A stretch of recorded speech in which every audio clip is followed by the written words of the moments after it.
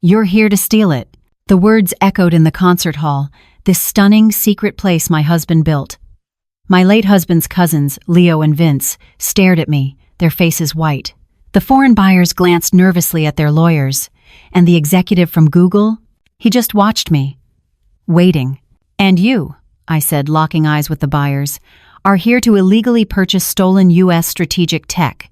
My daughter Zoe stood beside me, her hand on the laptop. Leo finally sputtered, You're a music teacher." I looked at him, the man who'd tried to ruin us.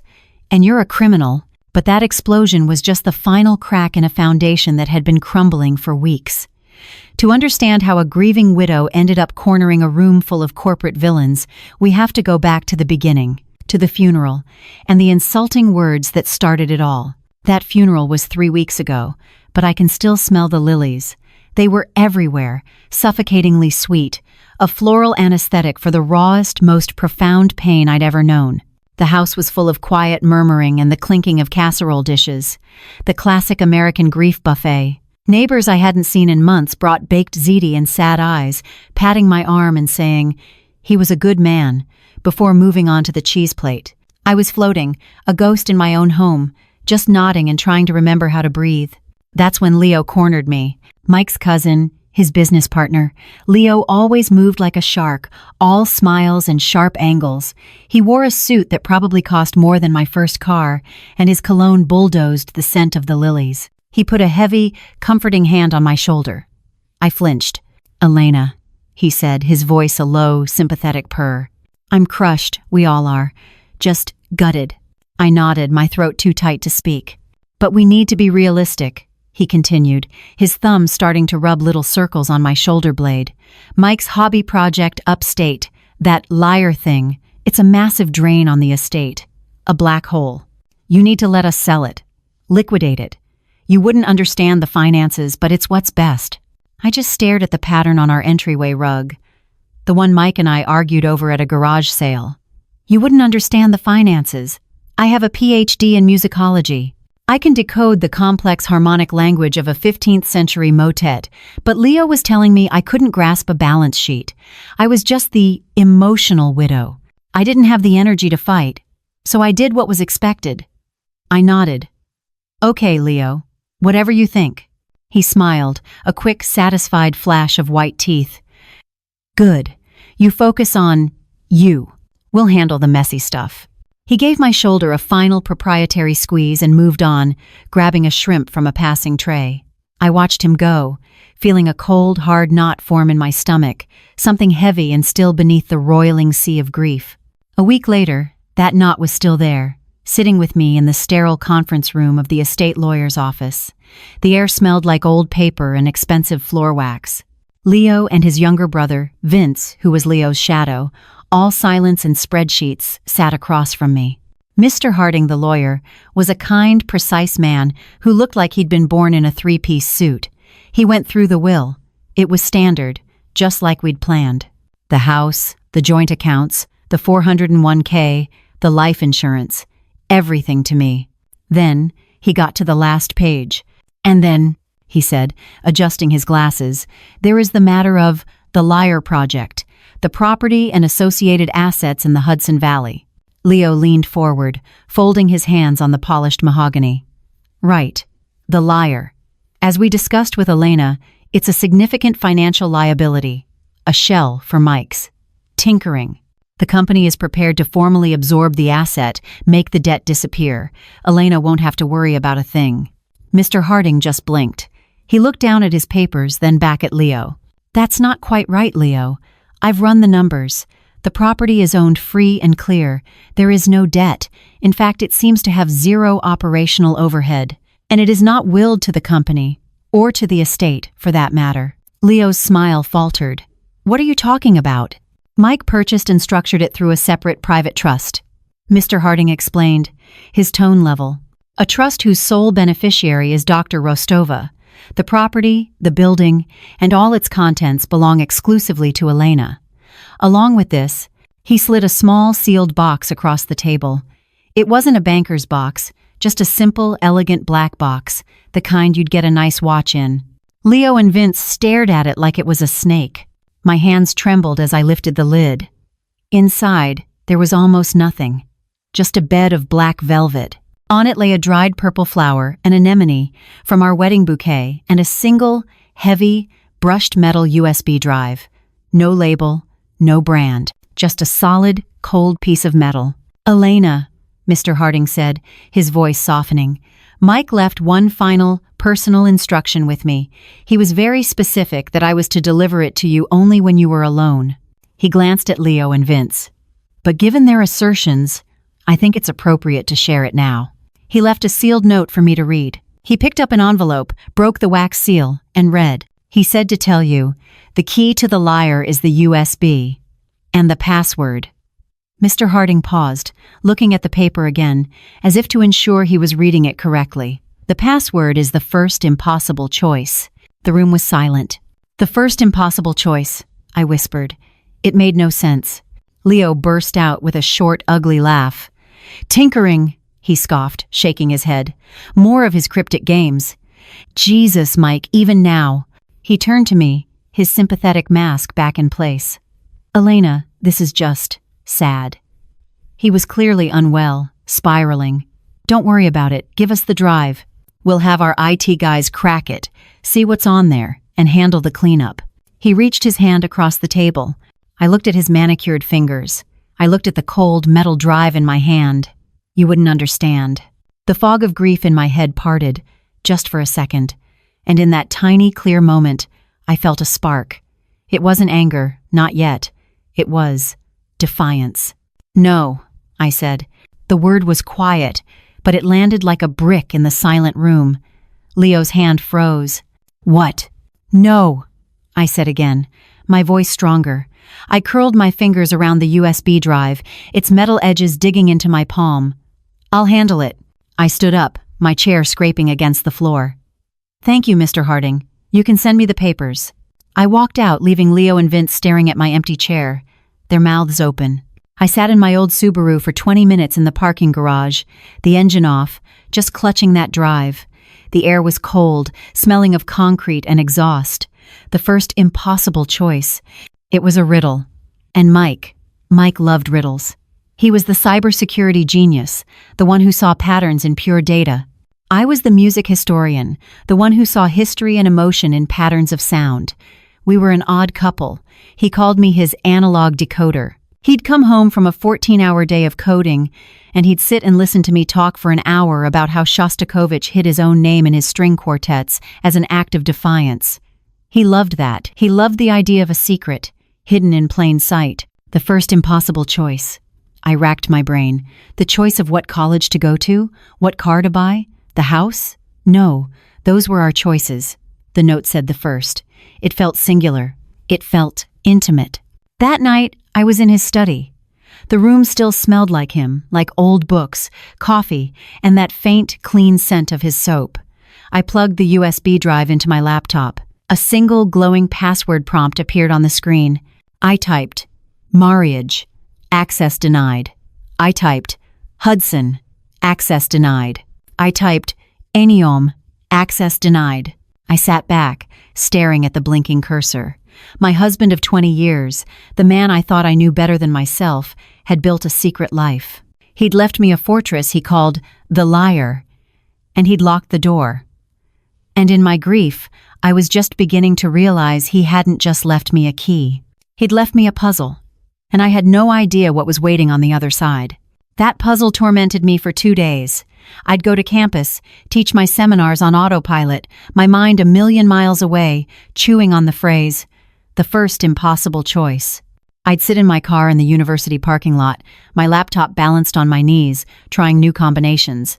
Zoe, Elena, Boston, access denied, access denied, access denied.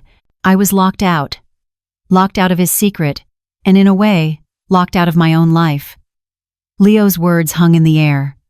A massive drain. Was I about to inherit a mountain of debt? Was this whole thing just one last cryptic mess he'd left for me to clean up? There was only one way to find out.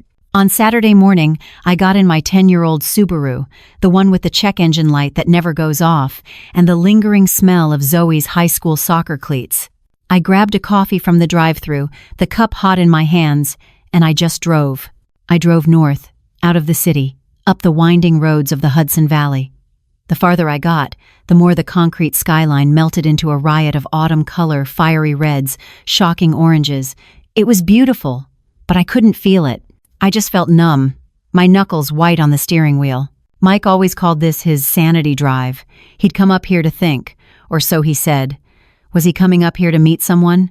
Was this all a lie? The GPS finally said, "You have arrived."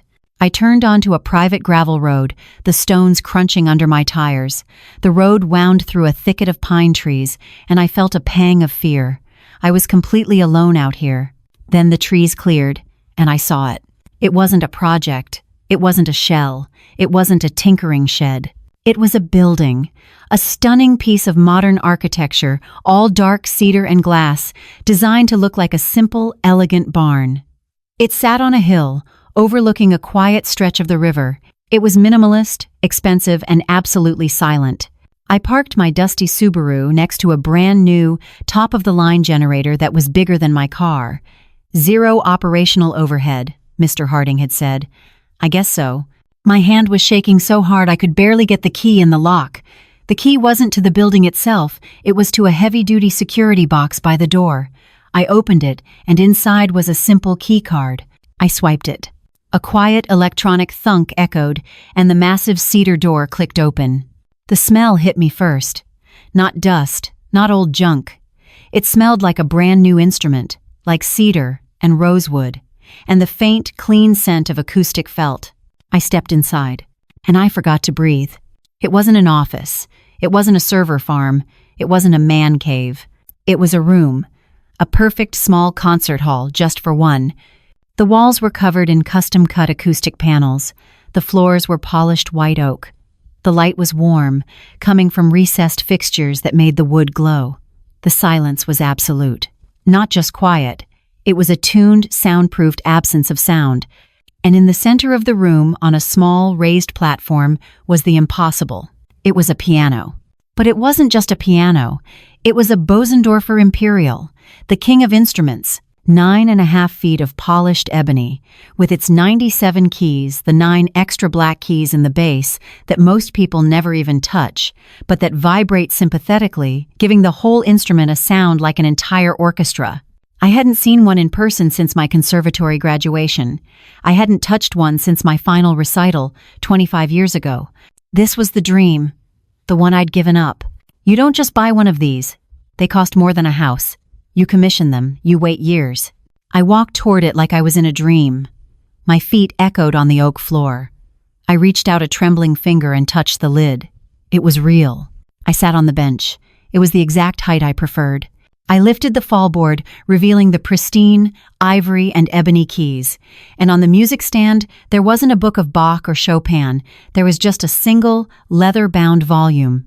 My PhD dissertation. Dissonant voices, coded defiance, in Soviet-era composers. A sob tore out of my chest, so raw it shocked me in the perfect silence. I'd been a promising concert pianist. I had the drive, the talent. But I didn't have the killer instinct, or the family money. I chose teaching. I chose stability. I chose Mike and his crazy startup dream. I chose raising Zoe. I packed my own dream away in a box, just like I packed away my recital dresses. And Mike, my quiet, brilliant, secretive Mike, he'd known. He'd seen the thing I sacrificed, the passion I'd buried under PTA meetings and faculty mixers and grading papers. And while I was pinching pennies at Costco, he was building this. He hadn't been tinkering.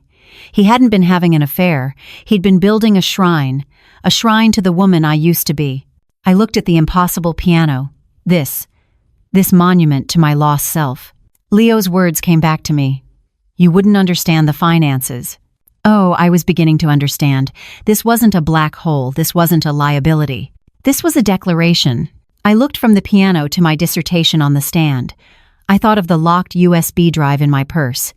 The first impossible choice. The riddle was still there, but it wasn't a threat anymore. It was a breadcrumb. And I suddenly knew, with chilling certainty, that this perfect, soundproof room was only the first secret I was meant to find. I sat on the bench, the cold metal of the USB drive pressing into my palm. This room, this piano. It was the first secret. And the drive in my hand was the key to the next one. The first impossible choice. I ran my fingers lightly over the keys, not pressing them down, just feeling the smooth, cool ivory. The polished ebony reflected my face, a stranger's face, pale and stunned. The first impossible choice. It wasn't about this piano. It wasn't about a house. It had to be our beginning. The memory didn't just come back, it ambushed me. It was 1998. I was a broke grad student. He was a coder with a startup dream that seemed statistically impossible. It was our first real date, not just coffee in the student union. He'd asked me what my perfect Saturday was. I'd laughed and said, digging through the classical section at Aria Records. It was this tiny, dusty record store downtown, run by an old couple who knew everything about vinyl and nothing about business. It was my church. When we got there, the big hand-painted going out of business sign was in the window. My heart just sank. The old man, Mr. Petrov, told us they were retiring. Everything was 50% off. It felt like a library was burning down. I spent an hour pulling out treasures, an original Deutsche Grammophon pressing of Karajan, conducting a rare recording of Horowitz at Carnegie Hall. I had a stack of maybe 20 records, and I was trying to calculate in my head how much I could afford. Maybe 2, 3, if I ate ramen for the rest of the month. Mike just watched me. He wasn't a classical music guy. He just watched me, with that quiet, intense focus he had. Finally, I picked one. This one, I said, holding up a Yo-Yo Ma recording. This is the one I'll get. He smiled. He walked up to Mr. Petrov at the counter. Excuse me, sir, he said. How much for the rest of it? Mr. Petrov blinked. What? All of it, Mike said, gesturing to the entire classical section. All the vinyl. How much? I just stared. Mike, what are you doing? That's insane. That's hundreds of records. Thousands, Mr. Petrov corrected, his eyes wide. Mike pulled out a credit card. One I knew was almost maxed out from buying servers for his startup. Let's call it a strategic acquisition, he said to the old man, for a new archive. We spent the next 4 hours loading his tiny Honda Civic with boxes and boxes of vinyl. It was a preposterous, magnificent, financially irresponsible gesture. It was the moment I knew I loved him. We got back to my tiny, sad grad school apartment. The records were stacked in towers all over the living room. It was a fortress of music. We were giddy, exhausted. Okay, he said, hooking up my old second-hand turntable. You are the curator of the new Rostova-Chen archive. You have to pick the first official spin, the first track of the rest of our lives. I looked at the stacks. It was an impossible choice. How do you pick one? How do you start a life? Do you go with a symphony?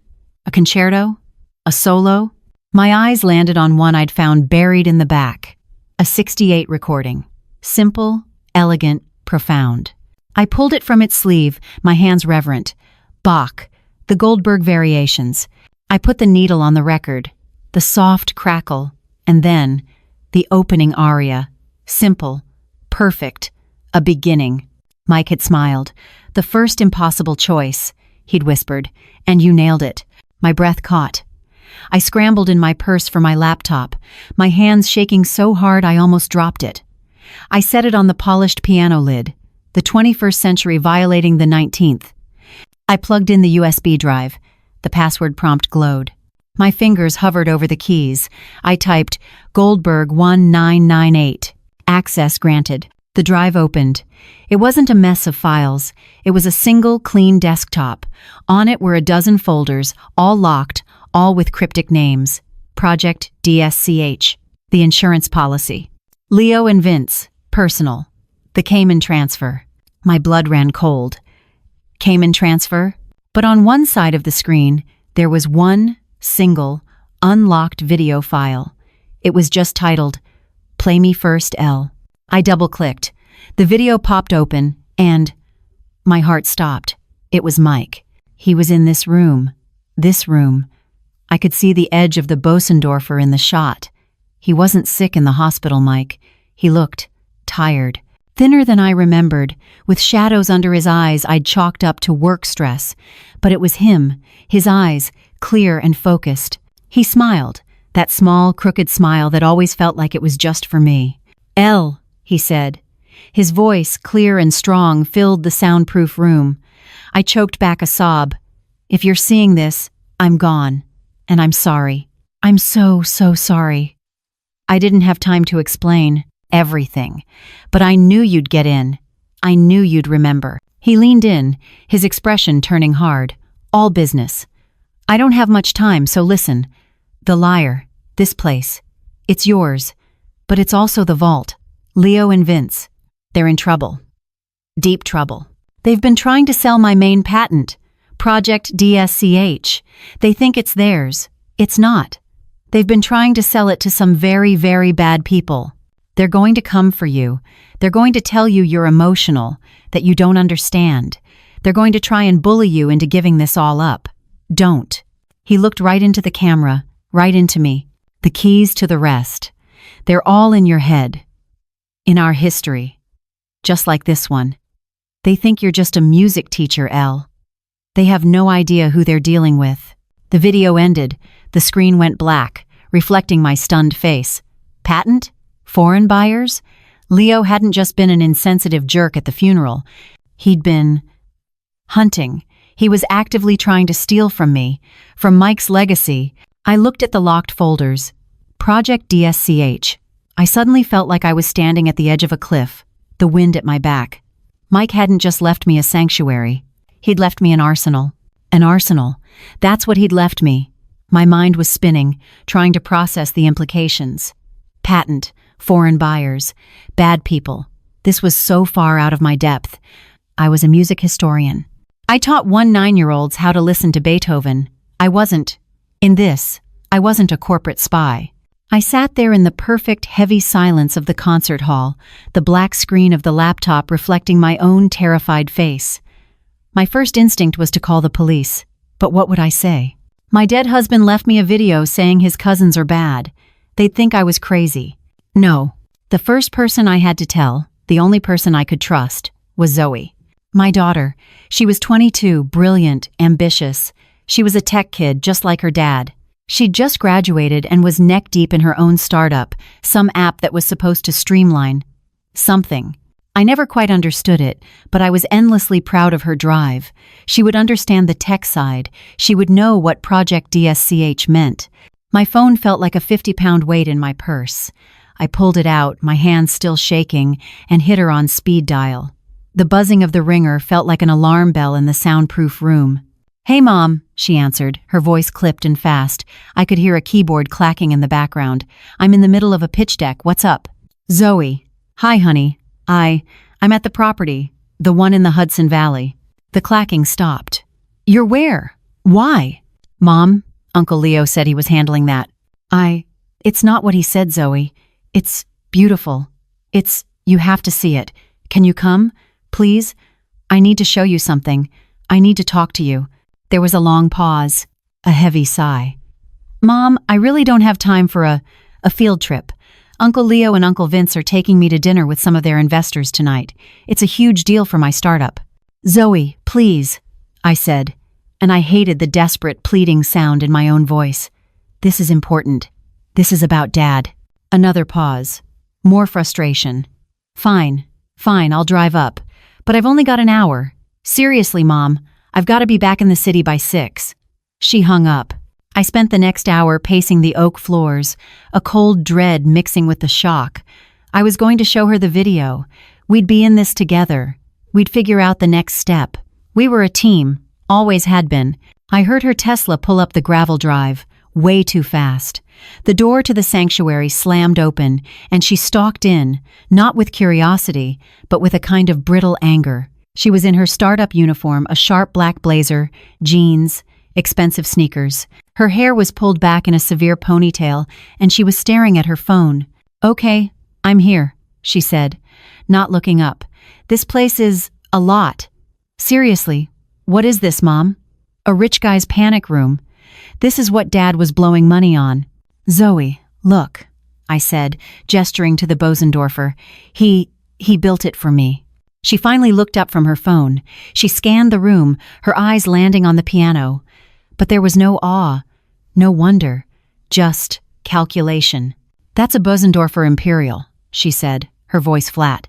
That's like $500,000, right there. Mom, we can't keep this. This is insane. Honey, it's not about the money. I started, walking toward her. Dad left a message. Leo and Vince are in trouble. They're trying to steal from him, from us. Zoe actually rolled her eyes.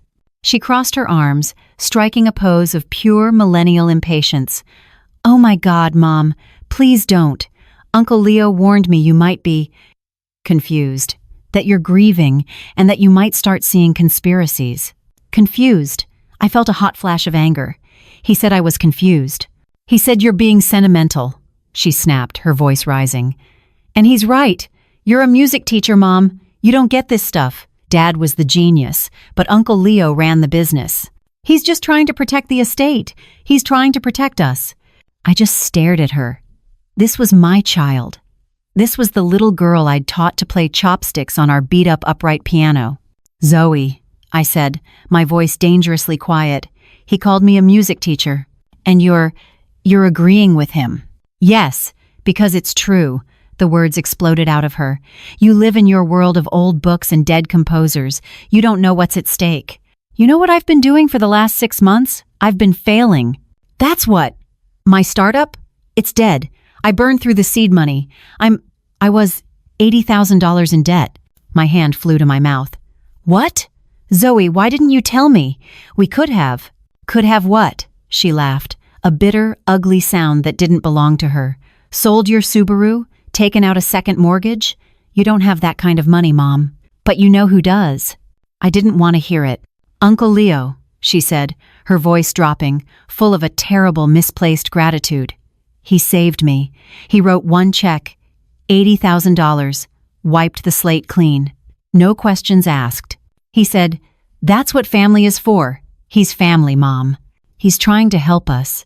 And you're in here, in this fantasy palace. Treating him like the bad guy. It was a physical blow. I stumbled back, grabbing the piano bench to steady myself. He hadn't just insulted me. He'd bought my daughter. He'd found her weakness, her one point of pride and shame, and he had put a price tag on it. And she had let him. You're just a music teacher, she said again, quieter this time, but it cut deeper than the shout. What do you know about cybersecurity? About patents? I let him handle it, Mom. Please. For me. Sell this place. Let's just take the money and be done with it. She looked at her watch. I have to go. My investors are waiting. She turned and walked out. The heavy, soundproofed door clicked shut behind her, sealing me in the silence. I was completely, utterly alone. My husband was gone. My daughter had just chosen a different family. And I was just a music teacher. Sitting in a room full of secrets, with an arsenal I had no idea how to use. I was left with an arsenal I had no idea how to use. Zoe's words just hung in the silence after she left. You're just a music teacher. She'd slammed the door, and the soundproofing of the room just swallowed the noise, leaving me in this perfect, terrible quiet. She was right. What did I know about cybersecurity? About Cayman transfers? I was the mom who packed her lunches, the professor who graded papers on the developing dissonance in late Beethoven. I was in a world I didn't belong to. I sank onto the piano bench, the polished ebony cold beneath my hands. The Bösendorfer felt less like a gift and more like a tomb, a beautiful, monumentally expensive coffin for the woman I used to be. Zoe was gone.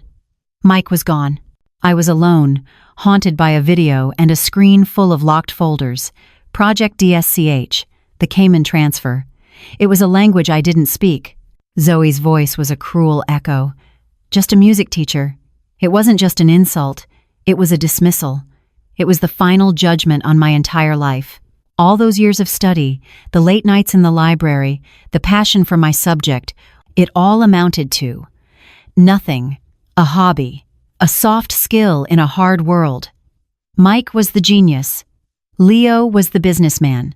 I was the wife, the academic, the one who wouldn't understand. Maybe they were right. Maybe I should just call Leo. Hand it all over. Let him handle the messy stuff. What was I trying to prove? That I could be Mike? I wasn't Mike.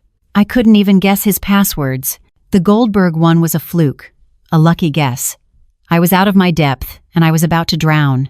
I stood up, needing to move. I paced the room, my footsteps hollow on the oak floor. I ran my hand along the custom-milled acoustic panels, feeling the grain of the wood. I drifted over to the bookshelf Mike had built into the wall. It was filled with my books, biographies of Bach, analysis of Mahler, and right in the center, the leather-bound copies of my dissertation, the ones Mike had made as a surprise graduation gift. I pulled one out. The leather was soft, the gold lettering still sharp. Dissonant voices, coded defiance in Soviet-era composers. I held the heavy volume, a relic from another life. This was my grand achievement, my soft skill. I flipped through the pages, charts of musical notation, dense paragraphs of analysis. It felt so useless, so academic. But then I remembered the night I finished it, years ago. I was trying to explain the core of it to Mike. He was half asleep on our old, lumpy sofa, his brain fried from 18 hours of coding for his fledgling startup. "See," I'd said, energized and buzzing on cheap coffee. "It's about Shostakovich. He was composing under Stalin. He was terrified. He couldn't write what he really felt. The censors would have sent him to a gulag, or worse. So he hid his meaning. He used codes." Mike had mumbled, "Uh-huh, codes. Cool. No, you don't get it." I'd insisted, my passion overriding his exhaustion. He'd use Jewish folk melodies as a secret protest against anti-Semitism. He'd write these brutal, pounding marches that sounded patriotic, but they were so grotesque, so over the top, that they were a mockery. But his ultimate secret signature, his real act of defiance, was this. I'd turn to our old upright piano, the one we bought at a garage sale for $50, and plinked out 4 notes. A simple, discordant little motif, D, E flat, C, B natural. In German notation, I'd explained, E flat is E's, B natural is H. So, D, S, C, H, D, S, C, H. Mike's eyes had popped open. He sat bolt upright on the sofa. "What did you say?" D-S-C-H. It was his name, Dmitri S.C. Shostakovich. He wove his own name, his identity, into his music, right under the censor's nose. It was his private musical, "I Am Still Here."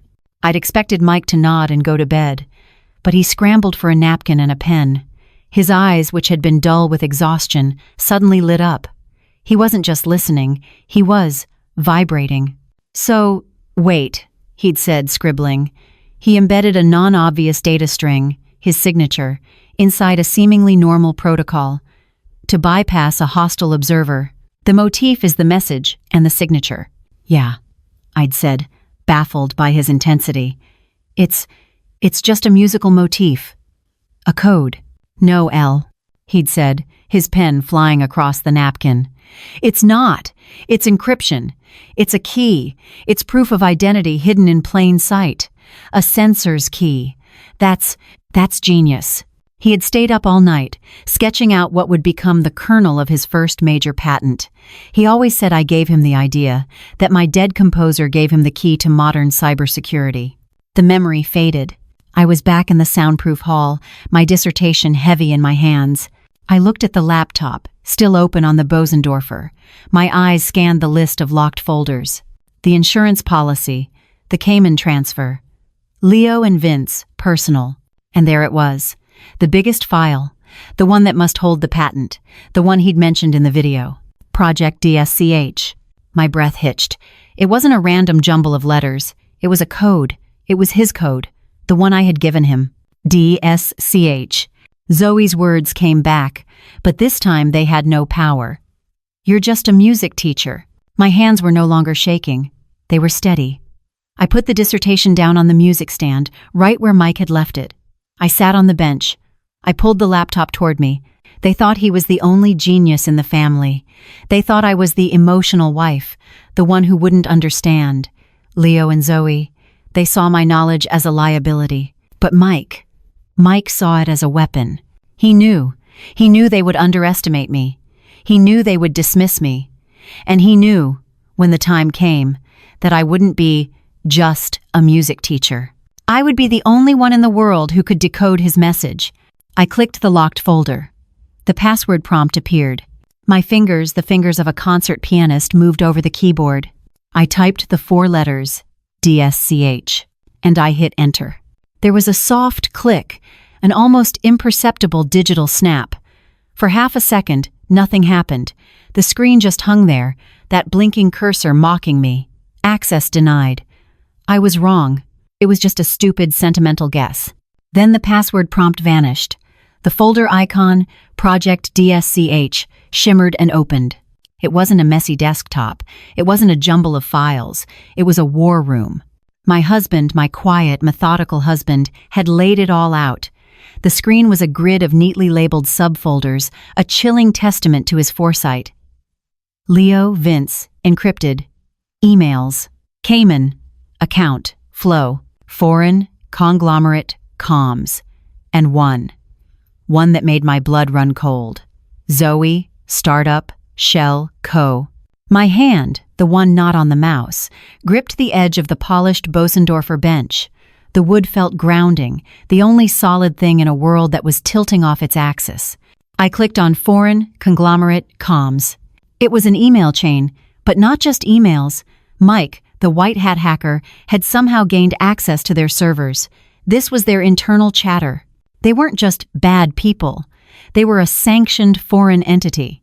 The kind of company that doesn't just buy tech, they acquire it for state-sponsored projects. And they were deep in negotiations with Leo and Vince to buy Project DSCH. My heart hammered. What was Project DSCH? I clicked on the master file. It wasn't just a patent application. It was the completed code, lines and lines of it, complex and beautiful in its own alien way. And at the top, a single text file from Mike, a README file. This is the real one, the thing I was working on for the DoD. It's a new encryption standard for national infrastructure cybersecurity. Water, power, grid. It's not just a product. It's a shield. In the wrong hands, it's a weapon. I couldn't tell you. It was a matter of national security. They think they're selling a software patent. They have no idea what they're really giving away. I felt sick. This wasn't about inheritance. This wasn't a family squabble over money. This was treason. For money. The personal cruelty came next. I opened Leo, Vince, encrypted emails. Mike had archived their back and forth. It was all there. Their contempt, their greed. The genius is finally out of the way. Time to cash out. He never had the guts to monetize. He was always ethical this, secure that. He was weak. Don't worry about Elena. She's just a piano teacher. She won't know the difference between a patent and a pizza. We'll tell her it's debt, and she'll thank us for taking it off her hands. My own words, my own blind trust, echoed back at me. Whatever you think, Leo, I had been their perfect grieving fool. But the final devastating blow was the last folder. Zoe, Startup, Shell, Co. With a trembling finger, I clicked it open. Mike hadn't just suspected Zoe's startup was in trouble. He had the full financials. He'd been tracking it, afraid Leo would use her, and his worst fears were true. I saw the wire transfer, $80,000 from Sterling Chen Holdings to Zoe Chen, LLC. The gift, the family money, and right beneath it, a second transfer, dated 2 weeks earlier. This one wasn't for $80,000. It was for $250,000. And it wasn't from Leo. It was from a numbered corporation in the Cayman Islands, the same numbered corporation mentioned in the Foreign Conglomerate Comms folder. I didn't understand. Why would? And then I saw it. The $250,000 transfer in. And then, a series of transfers out from Zoe's account to a dozen different subcontractors, consultants, and service fees, all owned by Leo. He hadn't paid her debt. He'd used her. He'd used her failing startup, her desperate ambition, as a shell company. A laundry. He'd laundered the foreign conglomerate's down payment through my daughter's business account. He hadn't just solved her $80,000 problem. He'd implicated her in a multi-million-dollar federal crime. The $80,000 wasn't a gift. It was a blindfold. It was hush money, paid to her before she even knew she was supposed to be quiet. My baby. He had put my baby in a cage, and she didn't even know. I looked at the screen, at the cold, hard, irrefutable evidence. Mike hadn't just been a genius. He'd been a white-hat hacker to the very end. He'd recorded everything. Server logs, keystrokes, bank records. He'd built a honeypot, and Leo and Vince had walked right into it. The grief in my chest, that heavy, suffocating blanket, didn't just lift. It flash froze. It turned into something cold, something hard, something sharp. They thought I was a music teacher. They thought I was the emotional widow, too confused to understand. They had no idea. They thought Mike was the only genius in the family. They'd forgotten who gave him the key. I wasn't a victim anymore. I wasn't a grieving wife. I was the one holding the arsenal, and I was about to go to war. I was at war. And the first casualty was my grief. It evaporated, replaced by a cold, clear Arctic rage. My first act of war was a phone call. I pulled out my cell, my hands perfectly steady, and dialed Zoe. She picked up on the second ring, her voice a cocktail of annoyance and investor schmoozing adrenaline. "Mom, I'm literally walking into the restaurant. Can this wait?" "No," I said. The voice that came out wasn't mine. It was someone else's. It was cold, flat, and absolute. "The investor meeting is canceled. You're coming back to the Hudson Valley. Now." "What? I can't just—" "Zoe," I interrupted, and the ice in my voice made the line go silent. "This isn't a request. You're not in a negotiation. You're in trouble. The kind of trouble that gets you a lawyer and a federal case number. Get in your car. Now." I hung up. I didn't wait for a reply. I sat at the Bosendorfer, the king of instruments, and I didn't touch the keys. I just stared at the laptop open on the music stand, the war room Mike had built. My dissertation, Dissonant Voices, was still open beside it, a manual on coded defiance. I waited. The perfect soundproof room was my fortress. 40 minutes later, I heard the crunch of gravel. Her Tesla door slammed. The front door of the sanctuary burst open. She was furious. Her face was flushed, her blazer wrinkled. "What the hell, Mom? You tanked my meeting. I looked like an idiot. Uncle Leo is—" "Sit down, Zoe." It was the voice from the phone, the one she'd never heard. It stopped her, mid-rant. She stared at me, her mouth half open. "I said," I repeated, gesturing to the simple wooden chair beside the piano. "Sit down." She sat. The rebellious, furious two-year-old vanished, replaced by a wary, confused girl. "You're right," I began, my voice quiet, conversational. "I am just a music teacher. You're right. I don't understand cybersecurity. But your father was a meticulous archivist, and he was worried about you." I turned the laptop so she could see the screen. "You're a tech founder. You understand wire transfers, don't you? Help me understand this." I had two windows open, side by side. On the left, the wire transfer for $250,000 from a numbered account in the Cayman Islands into her Zoe Chen LLC account. On the right, the ledger of her account, showing the $80,000 transfer out to her personal checking. She leaned in, her eyes scanning the screen. I don't understand. What is that $250,000? My account. That's not. Uncle Leo just gave me the 80. "Uncle Leo didn't give you anything, honey," I said, the ice in my voice cracking with the first hint of heat. "He used you. That $250,000? That's the down payment. From the sanctioned foreign buyers he's selling your father's patent to. He laundered it. Through your company. Through your bank account." Zoe's face went white. Not pale. White. Like chalk. No, that's not. He wouldn't. He saved me. He paid my debt." "He didn't save you, Zoe." I clicked on the final file, the email from Leo to Vince. "He implicated you. He bought your silence for 80 grand, and you didn't even know you were for sale." I didn't have to read it. She read it herself. Her eyes darted across the screen. I saw the exact moment she found the line. Subject, Re. Zoe LLC. Insurance from Leo. Sterling 2. Vince. Sterling. She's on board. The $80K is the cheapest insurance we ever bought. She'll get the old lady in line. The sound she made was small and awful. A gasp, a choke. She wasn't just connecting the dots. The dots were connecting her to conspiracy, to wire fraud, to treason. She wasn't a niece. She was a shell company. She wasn't family. She was insurance. He used me, she whispered. The blood drained from her face, and she swayed, gripping the side of the piano. She looked like she was going to be physically sick. "Oh my God, Mom, he didn't pay my debt. He made me part of the crime. That's a federal charge. I laundered that money.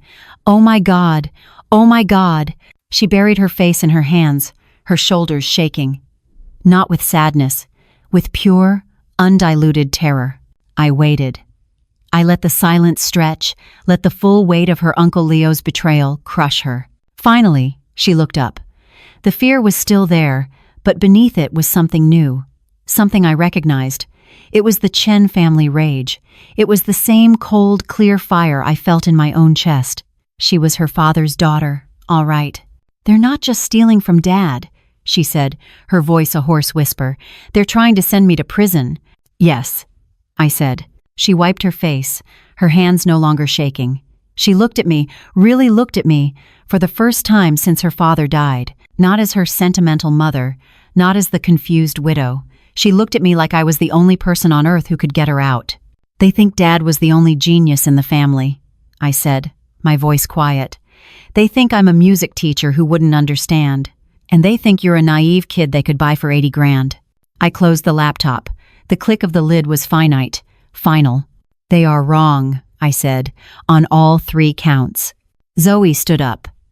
The terror was gone, replaced by a cold, hard resolve. "What do we do?" I stood with her. "We don't defend, Zoe. We don't react." I looked around the beautiful, impossible room her father had built. "We finish this. We finish this." The words hung in the soundproof air, final. The pact was sealed. The fear that had paralyzed Zoe was now a cold, diamond-hard focus. She was her father's daughter, all right. The shock had burned away the 2-year-old kid, and what was left was a systems analyst. "How?" she asked. Her voice was low, steady. "We can't just go to the police. They'll bury us in lawsuits. They'll say, God, they'll say I was the one laundering. The evidence points right at me." "I know," I said. I stood up and walked to the wall of my books, my dissertation. Shostakovich, he couldn't go to the authorities either. The authorities were the problem. So he didn't defend. He performed. I turned back to her. "You don't win by telling the world they're criminals. You win by showing them in a room they can't escape." I sat down at the Bosendorfer, but I didn't open the keys. I pulled the laptop toward me. The piano bench was my new command center. The sanctuary was our war room. "Your father left his credentials in the DSCH file," I said. I opened his corporate email account. The inbox was full of spam and automated system updates. "You're right. We can't go to the police. But we can set the stage." Zoe pulled up the chair, her own laptop humming to life. "Okay, what's the play?" "It's a play in 3 acts," I said, with 3 different invitations. My fingers, trained for the intricate delicacies of a Bach fugue, began to type. The first email was to Leo and Vince. I had to become the person they expected me to be, the emotional widow, the confused music teacher who was in over her head. I wrote, "Dear Leo, you were right. I've been looking at all this, and I just can't. It's too much. I'm just a music teacher. I'm overwhelmed. You were right to try and take this off my hands. Those investors you mentioned, the ones interested in Mike's patent, I think it's time to sell. They seem eager. Let's just liquidate this asset and be done with it. I'm arranging a final meeting this Friday at 10 a.m. here at the Lyre. Please come. You can handle the paperwork. I just want this to be over." Zoe read it over my shoulder. "Wow, Mom, you're laying it on a little thick, aren't you?" "Am I?" I said. "Or am I just giving them exactly what their arrogance wants to hear?" I hit send. "Okay," Zoe said, cracking her knuckles. "Invitation number 2, the foreign buyers. My turn." She pulled up the foreign conglomerate comms folder, grabbed their contact address from the encrypted email chain, and started typing. Her language was all business. All tech. 2. Acquisitions. Subject. Final demo and key handover. Project DSCH. Final demo day for Project DSCH is confirmed. Location. The Lyre coordinates attached. Time. Friday, 10 EST. Successful demo will be followed by immediate handover of security keys. Final tranche wire transfer must be initiated upon completion. Be prompt. We have a hard stop. We have a hard stop, I asked. Zoe smiled, a cold, sharp smile that looked just like her father's. It makes us sound busy, makes them feel pressured, makes them sloppy. She hit send. Okay, she said, leaning back. The bait is set. The trap is laid. Now what? We just confront them. No, I said, scrolling through Mike's personal contacts. A performance needs an audience, an influential audience. I scrolled past dozens of names, coders, venture capitalists, old college friends, and then I found him. I breathed. Dr. Eris Thorne, head of cybersecurity, Google. You know him, Zoe asked. I met him once, at a Christmas party, I said. Mike always called him one of the good guys, the one man in the industry he truly respected, the one he could never quite beat. I opened a new, clean email. This time, I wasn't the confused widow or the transactional seller. This time, I signed it with my full professional title. Dear Dr. Thorne, my name is Dr. Elena Rostova, Mike Chen's widow. I am the executor of his estate and am currently cataloging his final, unreleased projects. I have discovered a completed, game-changing national security patent, Project DSCH, that he was developing independently. It's extraordinary. I know Mike valued your opinion above all others. I am holding a single exclusive review and first look at the project this Friday at 10 a.m. Given your long-standing professional relationship, I felt it was only right to offer you, or a representative from Google, a seat at the table before we decide on our next steps. I believe this is what Mike would have wanted. Regards, Dr. Elena Rostova. I hovered over the send button. This was the moment. The point of no return. Zoe read the email, and her jaw just dropped. Mom, that's brilliant. You're pitting them against each other in a bidding war, but the buyers don't even know Google is coming. And Google thinks it's an exclusive first look. It's not a bidding war, honey, I said, looking at the name on the screen. It's a trap, a very well-lit, soundproofed trap. I hit send. The 3 invitations were out. The predators, the thieves, and the cavalry, all converging on my tiny, perfect room. I closed the laptop. The silence of the sanctuary was absolute. In the quiet, I placed my hands on the keys of the Bosendorfer. My fingers found the notes without thinking. A low, dissonant, powerful chord. D, E flat, C, B natural. My secret signature, my coded defiance. The demo day was set. Friday morning, 10 a.m. The air in the sanctuary was still, charged with an electric pre-performance tension. Zoe and I had been there since dawn. We'd set up a large hidden projector screen above the small stage. Zoe was at a simple table to the side, her laptop open, a second, mirrored display ready for the projector. I wasn't in my widow clothes. I was in my professor armor, a sharp, dark blazer, tailored pants, and my hair pulled back. I stood by the Bosendorfer, which remained closed. Today wasn't for playing. It was a prop. My podium. At 9:52 a.m., the first car crunched on the gravel. Leo and Vince. They strolled in, all smiles and sharp suits, carrying expensive leather briefcases. Smug, triumphant, ready to sign the papers and pat the confused widow on the head. Elena, Leo boomed, spreading his arms. So glad you came to your senses. This is for the best, truly. He looked around. Where are the buyers? At 9:58 a.m., a black Mercedes sedan, the kind that costs as much as a small house, pulled up. 3 men in identical severe black suits got out. The foreign buyers. They walked in, exuding a cold, transactional arrogance. They nodded curtly at Leo and Vince, and ignored me completely. At 10 a.m. exactly, a dark blue, unassuming Tesla pulled up. A single man got out. He was older, with a sharp, academic face and wire-rimmed glasses. Dr. Eris Thorne, From Google. He walked in, his eyes scanning everything: the room, the buyers, Leo, me. He was the only one who looked curious. The moment Leo saw him, his smile froze. The blood drained from his face.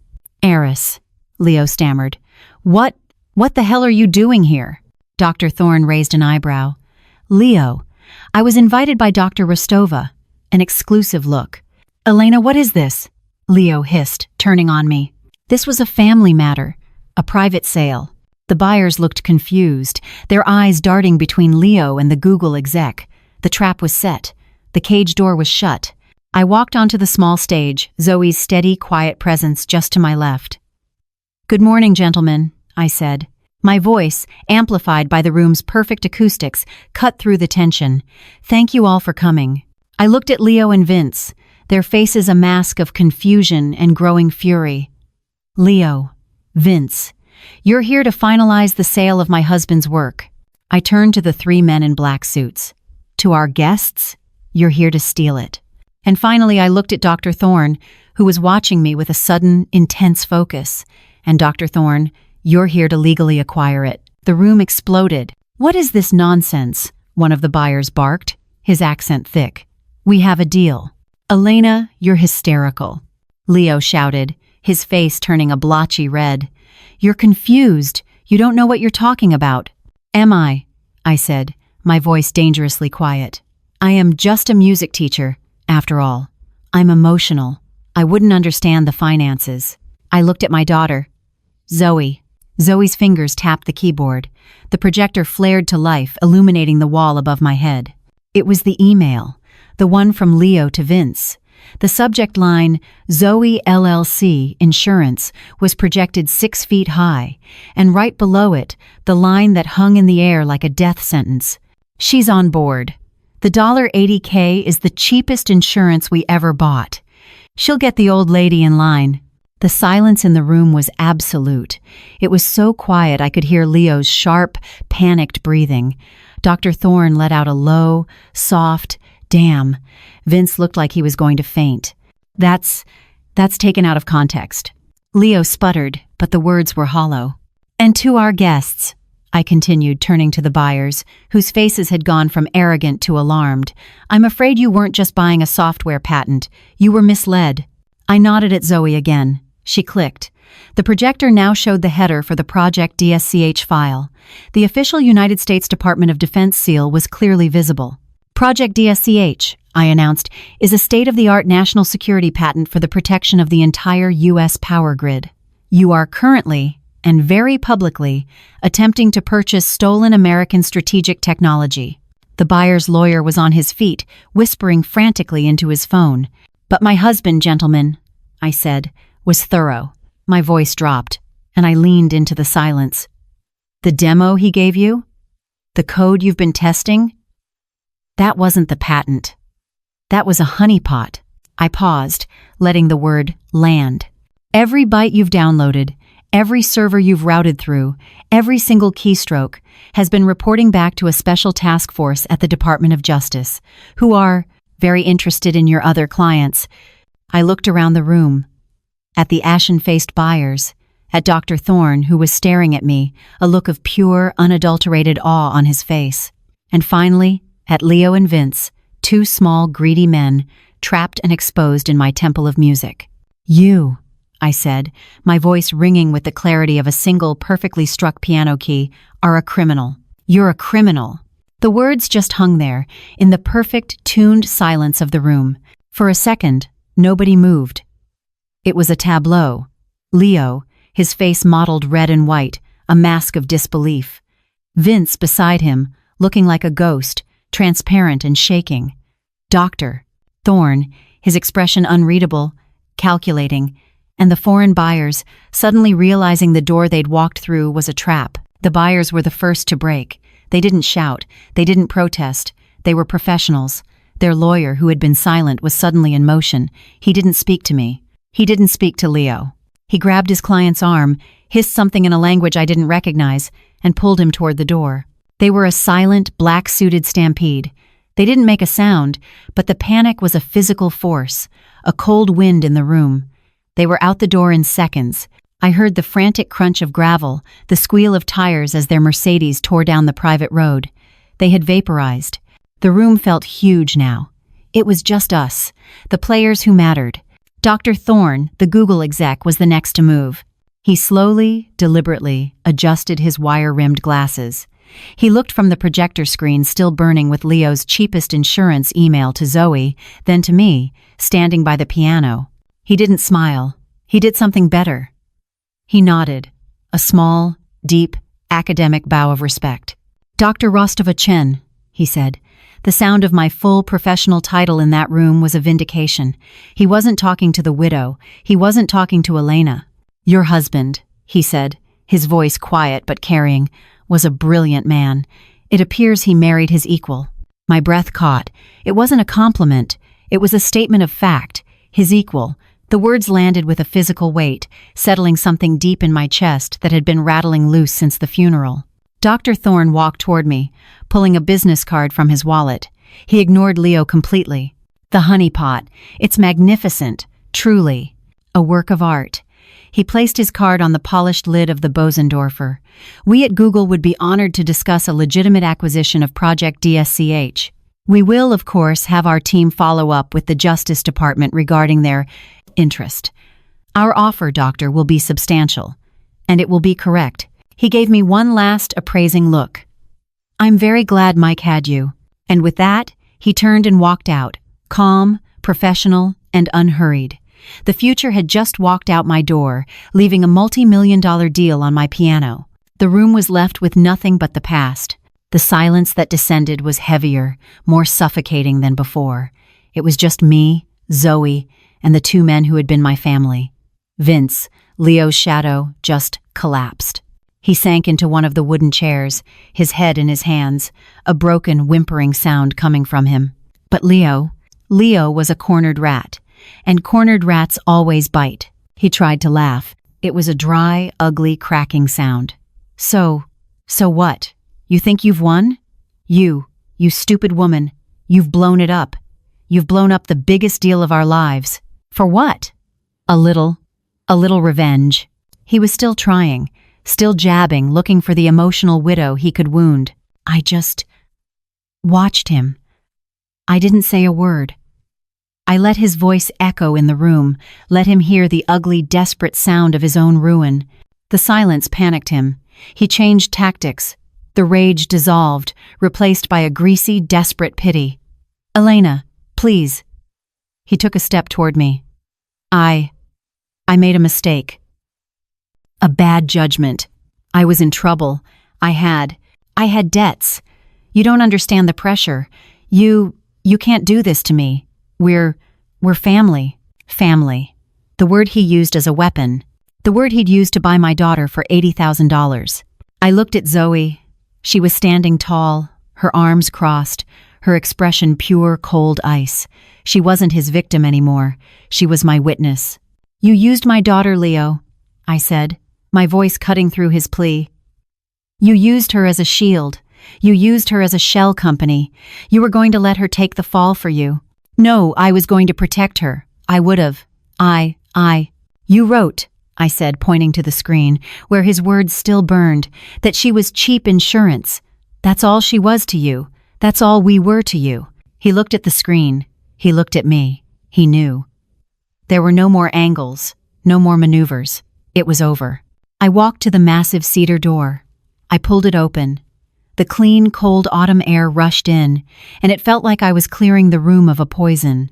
In the distance, I heard it. The low, steady sound of car engines, more than one, coming up the long gravel drive. Mike's honeypot. It wasn't just a recording, it was a live feed. "Get out of my house," I said. Leo just stared at me, his face sagging. "Elena, you can't. Where am I? What? Get out of my house." He and Vince stumbled to their feet. Vince was a ghost, just a shuffling, empty suit.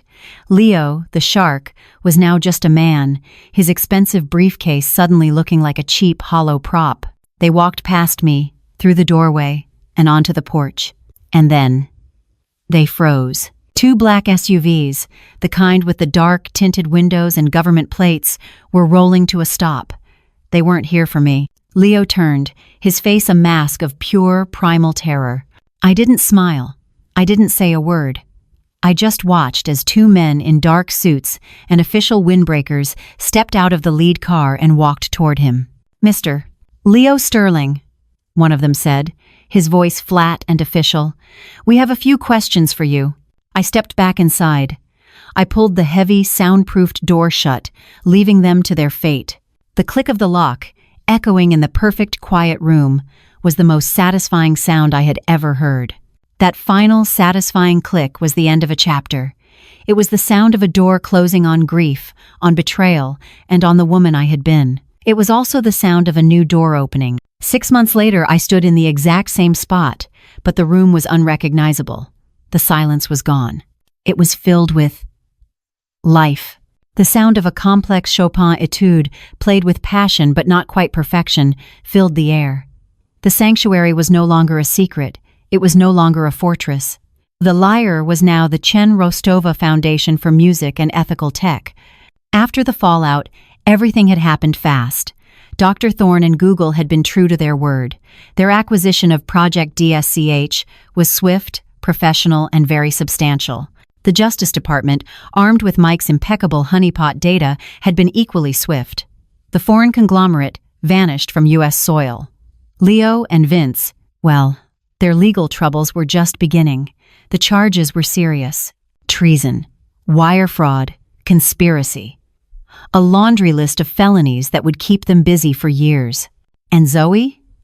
Mike's data had been her salvation. It proved beyond a shadow of a doubt that she wasn't a co-conspirator. She was victim number one. The insurance email was her get-out-of-jail-free card. The government had classified her as a cooperating witness, not a target. The money from the Google deal, the money that Leo had tried to steal, was staggering. It was never worry about anything again money. It was change the world money. So we did. No, Isabella, I said, my voice warm. I leaned over the Bosendorfer, my hand guiding a 7-year-old girl's fingers. You're rushing the rubato. You're telling us you're passionate. Let the music breathe. Feel the tension in that rest. Right, there. The girl, a scholarship student from the Bronx with more raw talent than I'd ever possessed, nodded. She took a deep breath and played the passage again. This time, it was perfect. The music soared, filling the room with a heartbreaking, powerful beauty. I looked up, and Zoe was standing in the doorway, smiling. She wasn't the brittle, angry girl in the blazer anymore. She looked settled, confident. She was the one running this place, the executive director of the foundation. My confused daughter, who'd been $80,000 in debt, was now managing a multi-million-dollar endowment. She held up a tablet. "The applications for the next Girls Who Code boot camp are in," she mouthed. "We're over capacity." Again. I smiled and nodded, turning back to my student. In the glass-walled conference room we'd built adjacent to the hall, I could see 24 teenage girls, all huddled over laptops, learning to build their own futures. Zoe was merging her father's legacy with her own. She was giving these girls the support and safety net she'd never had. We had created a place that was the perfect fusion of its founders. Mike and me, the Chen Rostova Foundation, music and tech, art and science. Leo's insult, the one that had cut me to the core, had become my mission statement. You're just a music teacher. He was right. I am. I teach my students how to find the hidden meaning, the coded defiance, in a line of music. And just down the hall, my daughter teaches her students how to write their own code. We were teaching passion. We were teaching precision. We were teaching the two things that, when combined, made you unstoppable. The room my husband built, his secret sanctuary, was no longer a monument to a past I'd lost. It was a workshop for a future we were actively building, a future for dozens of kids who, like us, had been underestimated. It turned out, the arsenal Mike left me wasn't just the data on his laptop. It was this: the piano, the soft skill, the passion. The real inheritance wasn't the money, it was the purpose. The real inheritance wasn't the money, it was the purpose. I still sit at the Bosendorfer most evenings, long after the students have gone home. I run my fingers over the keys, the 97 keys that give it that impossible orchestral sound. I think about Leo and Zoe and Mike. Leo saw this place as a liability. Zoe saw it as $500,000. But Mike saw it as me. He didn't leave me a fortress to hide in. He left me a puzzle he knew only I could solve. He didn't just protect me, he trusted me. He trusted my mind, our history, and our partnership. He trusted that my useless dissertation on a dead composer held the key to our entire future. He trusted that the music teacher was, in fact, the most dangerous person in the room. And that was the real inheritance. So let me ask you, when the world tells you that you wouldn't understand, that you're just a whatever it is, do you have the courage to trust the part of you they can't see? If this story resonated with you, let us know your thoughts in the comments below. And don't forget to like and subscribe for more stories about finding strength in the hardest of times.